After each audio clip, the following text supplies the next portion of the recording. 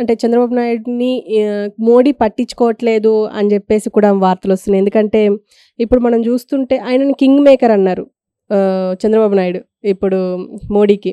కానీ చూస్తుంటే అసలు అక్కడ ఏం పట్టించుకున్నట్లేదు అని చెప్పేసి కూడా మాట్లాడుతున్నారు. ఎందుకంటే ఇప్పుడు అక్కడ మనం అందుకని ఇందాక కూడా చెప్పాను, ఎన్నికలు అయిపోయినాయి 2 చోట్ల, దేశంలో రాష్ట్రంలో అయిపోయినాయి. 2 చోట్ల కూడా పరిస్థితి ఏంటంటే ఇళ్ళలగ్గానే పండగ కాదు, ముందు ముసలి పండగ అని. తెలుగు రాష్ట్రంలో ఏముందో చెప్పాను ఇందాక. రాష్ట్రంలో ఎలాంటి పరిస్థితి ఉంది, చంద్రబాబు పరిస్థితి ఏంటి, రాష్ట్రంలో ఏంటి ముందు ముసలి, చంద్రబాబు ఇప్పుడు ఏంటి, ఈవిడేం చేస్తాడు, ఏనాడు ఆ 2018లో బీజేపీ నుంచి ఎందుకు వైదొలిగాడు? స్పెషల్ స్టేటస్ ఇవ్వలేదని, వైజాగ్ స్టీల్ ప్లాంట్ అమ్మకానికి పెట్టారని వీటిని వ్యతిరేకించి దానికి బీజేపీ అంగీకరించలేదు కదా, బయటకు వస్తున్నానని చెప్పాడు కదా. ఇవాళ మరి ఓకే బయటకు వచ్చావు, ఇవాళ కలిసావు, ఇవాళ గెలిచావు, ఇదే కాంబినేషన్లో గెలిచావు, ఇప్పుడు స్పెషల్ స్టేటస్ తెస్తావా? స్పెషల్ స్టేటస్ కోసమేగా నిన్నంతా మాట్లాడాం, మొన్నంతా మాట్లాడి 10 సంవత్సరాలుగా ఆంధ్ర రాష్ట్రానికి స్పెషల్ స్టేటస్ బీజేపీ మోసం చేసిందనేగా మాట్లాడాం. ఇవాళ గెలిచారు, అదే బీజేపీ కాంబినేషన్లో ఉంది. ఇవాళ మరి స్పెషల్ స్టేటస్ తీసుకొస్తారా? బీజేపీ ఇవ్వను అనేసింది.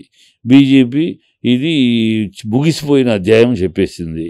ఇవాళ కనుక ఒకవేళ బీజేపీ ఇస్తానన్న ప్రజల్లో అవమానిస్తే ప్రజల్లో బీజేపీకి పెద్ద నింద వస్తుంది. అంటే ఇవ్వగలిగిన పరిస్థితి ఉండి 10 ఏళ్ళుగా మమ్మల్ని మోసం చేశారా అని ఆంధ్ర ప్రజలందరూ నిలదీస్తారు. కనుక వాళ్ళు యూటర్న్ చేసి ఇస్తామన్నారు. ఇస్తామంటే వాళ్ళు ఆల్రెడీ మనకు కాదన్నారు, బీహార్కి కాదన్నారు, ఇంకో 4 ఇతర రాష్ట్రాలు కూడా కాదన్నారు. ఇప్పుడు వాళ్ళు కాదంటే వాళ్ళందరూ కూడా అడుగుతారు కదా. సో చంద్రబాబు స్టాండ్ ఏంటి? ఇప్పుడు ఇక్కడే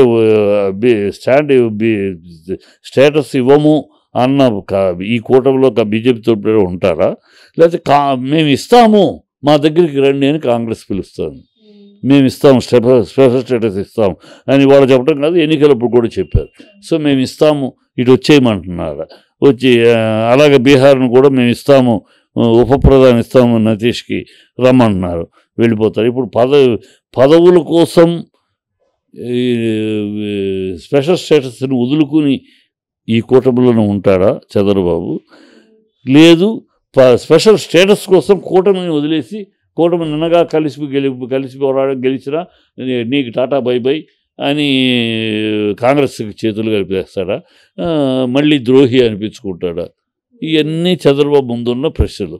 చంద్రబాబు ప్రజలు నిలదీస్తారు. ఇప్పుడు అయిపోయింది, ప్రజలు స్పెషల్ స్టేటస్ సంగతి ఏంటి, వైజాగ్ స్టీల్ ప్లాంట్ విషయం ఏంటి, ఈ నిలదీస్తారు. ఈ 2 కూడా కాంగ్రెస్ ఇస్తానంటది కానీ బీజేపీ ఇవ్వననేసింది. అంటే ఇప్పుడు తీసుకొచ్చే అవకాశం లేదంటారా? స్పెషల్ స్టేటస్ కానీ స్టీల్ ప్లాంట్ ఏం తీసుకొచ్చే అవకాశం లేదు. ఎందుకు తీసుకొచ్చే అవకాశం లేదంటే వీళ్ళు పార్లమెంట్లో చెప్పారబ్బా, ఎక్కడో చెప్పడం కాదు, పార్లమెంట్లో బీజేపీ చెప్పింది ఇది ముగిసిపోయిన అధ్యాయం. స్పెషల్ స్టేటస్ అనేది ముగిసిపోయిన అధ్యాయం. ఈ మనకి చెప్పేసి పార్లమెంట్లో అదే 4 రాష్ట్రాలు అడుగుతున్నాయి కదా, 4 రాష్ట్రాల సంబంధించి పార్లమెంట్లో ప్రశ్న వచ్చినప్పుడు అసలు ఏ రాష్ట్రానికి లేదు, ముగిసిపోయిన అధ్యాయం అని చెప్పేశారు.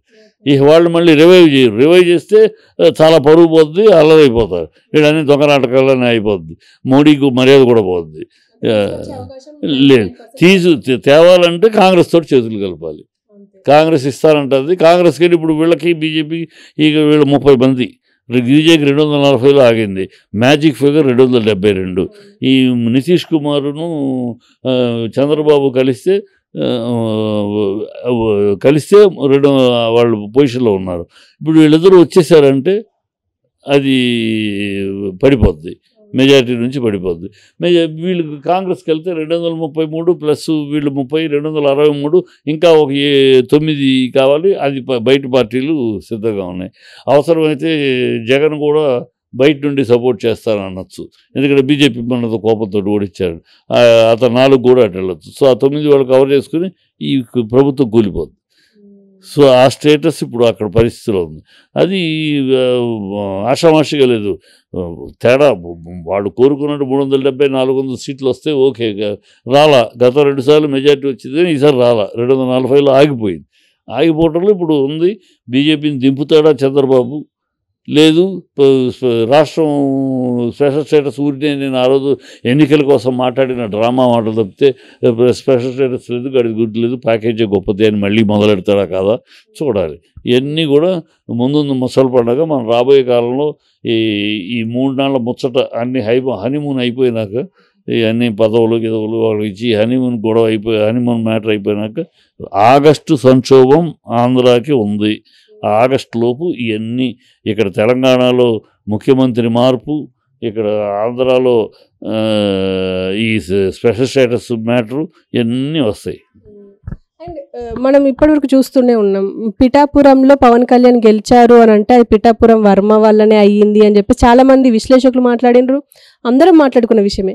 కానీ ఇప్పుడు ఏంటంటే ఆయన మీదనే డైరెక్ట్ అటాక్ చేసారు జన సైనికులు. అది ఎట్లా చూడొచ్చు అంట? అందుకని ఇందాక కూడా చెప్పింది, జన సైనికులు అభిమానులు అప్రమత్తంగా ఉండాలి. ఊని రచ్చ అల్లరి బూతులు మాట్లాడటం, ఎవరిని పడితే మీకు ఉండి మీ అండగా ఉండి మీకు సహాయం చేసిన వర్మనే ఆయన ఎందుకు వచ్చామంటే సర్పంచ్ కలవడానికి వస్తే మాకు చెప్పకుండా మీరు సర్పంచ్ని ఎవరు మీరు ఎలా కలుస్తారంటే, అంటే మీ అభిమానులు మీ కార్యకర్తల పర్మిషన్ తీసుకొని వెళ్ళాలా ఎవరైనా? ఆ పద్ధతిలో బిహేవ్ చేస్తే అన్యాయం, పవన్కి అన్యాయం జరుగుద్ది. పవన్ మీద ప్రజల్లో ఒక ఏసుడిప్ వస్తాయి. ఇదేమి ఇది వీళ్ళు రౌడీతనాలు చేయటానికే, వీళ్ళ చిల్లర పనులు చేయటానిక మనం ఓట్లు వేసేదని ప్రజల్లోనే విముఖత వచ్చేస్తుంది. వాళ్ళు ఆలోచించాల్సిన విషయాలు ఈ కాదు. మనకు సపోర్ట్ చేసిన వాళ్ళే కొట్టడం, మేము చించేస్తాం పొడి చేస్తాం, మేము ఎర్రవేగుతామంటే దానికి సమాధానం ప్రజలు చెప్తారు రాబోయే కాలంలో. అలా కాదు, అనవసరంగా పవన్ని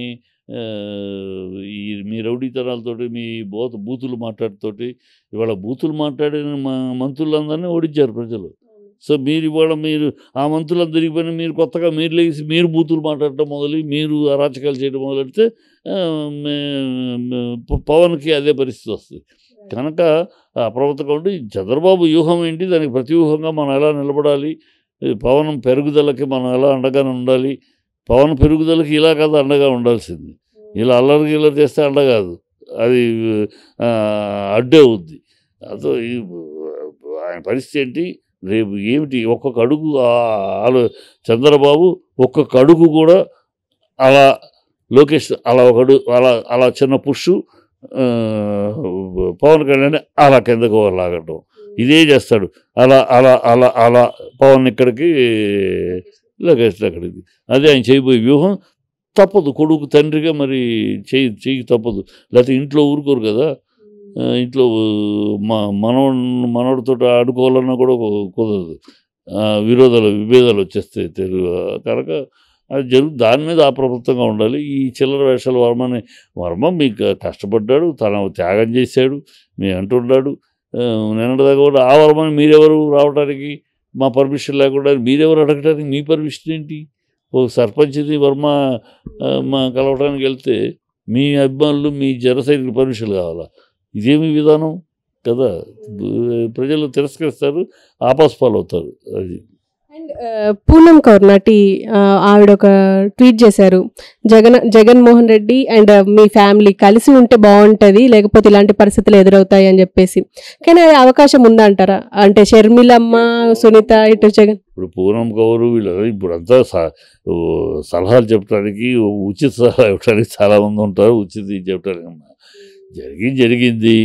ఇక అందరూ కలిసి ఒక వ్యూహం ప్రకారం, చంద్రబాబు ఒక వ్యూహ ప్రకారం 4 ఛానళ్ళు, 2 పత్రికలు, 4 పార్టీ ప్రెసిడెంట్లు, ఆఖరికి చెల్లెళ్ళు, కుటుంబంలో చెల్లెళ్ళు, ఆఖరికి తల్లి ద్వారా కూడా ఒక ఉత్తర్వు తెప్పించి మొత్తం వ్యూహం పన్నాడు ఆయన.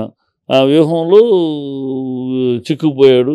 కర్ణుడి చావుకు అనేక కారణాలు అన్నట్టు, అలాగే జగన్ ఓటమికి అనేక కారణాలు. అప్పుడు మరి సలహా ఇవ్వలేదే, ఓడినాక ప్రతి ఒళ్ళు ఏదో సానుభూతి చూపించినట్టు ఏదో ఒక సలహా పారేట్టు తప్పితే ఏవి జరుగుతాయి. పవనే జగనేమి ఓడిపోవటంతో మసకబారిపోడు, మళ్ళీ లెగుస్తాడు, వస్తాడు. అతను ఎందుకంటే ఫైటర్ అని ప్రూవ్ చేసుకున్నాడమ్మా.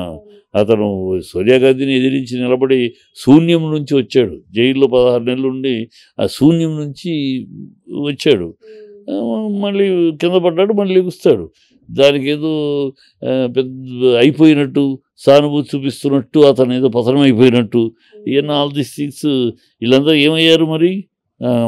అతను గొడవలు జరుగుతున్నప్పుడు ఏమయ్యారు? ఇప్పుడు మాట్లాడేందుకు ఇవన్నీ ఉన్నాయి. ఏదో అవకాశం కొద్ది కనుక ఇది ఎలా ఉంటుందంటే, అవకాశం ఉంది, దెబ్బతిన్నాడు కనుక ఏదో దెబ్బకి జాలి తెలుస్తున్నట్టు చిన్న సైజు పంచి అంతే.